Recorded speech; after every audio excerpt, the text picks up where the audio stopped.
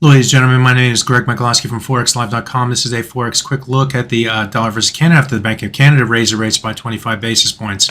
In the Bank of Canada's statement, there are a couple things that stick out to me. One is that inflation in Canada eased to 3.4% in May, a substantial and welcome drop from its peak of 8.1%. But the Bank of Canada adds that while CPI inflation has come down largely as expected, the downward momentum has come more from lower energy prices and less from easing of the underlying inflation. So again, this is sort of like the core and the service sector inflation remains high, similar to what the storyline in the U.S., and that keeps the Bank of Canada tightening bias still in play. Also, they said that in light of the accumulation of evidence that excess demand and elevated core inflation are both proving more persistent, and taking into account its revised outlook for economic outlook, GDP, and inflation, the Governing Council decided to increase the policy rate to 5%. So again, another hawkish view in their monetary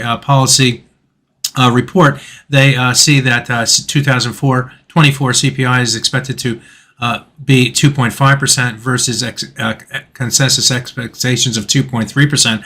At the last meeting, they saw it at 2.3%. They see 2023 inflation remaining at 3.7% this year, well above the 2% target.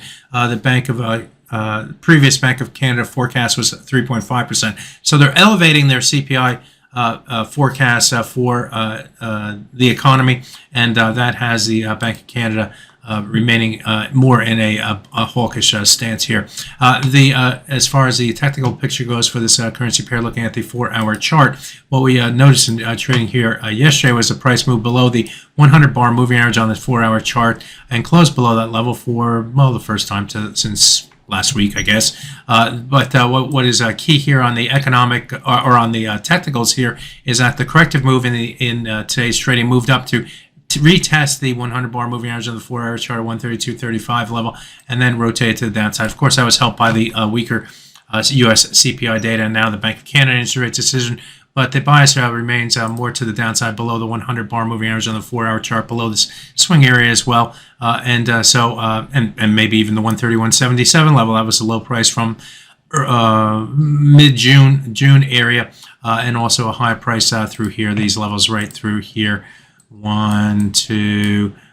Maybe this highs right here through it as well, and this move up here before moving to the upside. So that's going to be a close risk level here for the dollar versus Canada, currently trading at 131.56. Now this low right through here, that's the low price at 131.15 level. That's the low price for the year for the dollar versus Canada, and remains a key target on the downside for this pair. Breaking below that level would take the dollar Canada to the lowest level since going back here to September of 2022. We're on the daily chart now, so be aware of that. Again, a break below the 131.15-ish type level.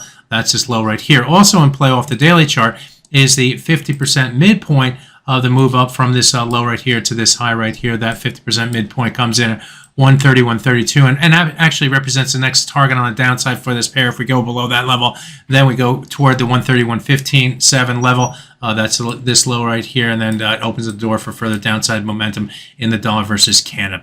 So there you have it. A look at the Bank of Canada interest rate decision, some of the important parts of that, as well as the technicals in the dollar versus Canada. My name is Greg Michalowski. Good fortune with your trading. Bye-bye now.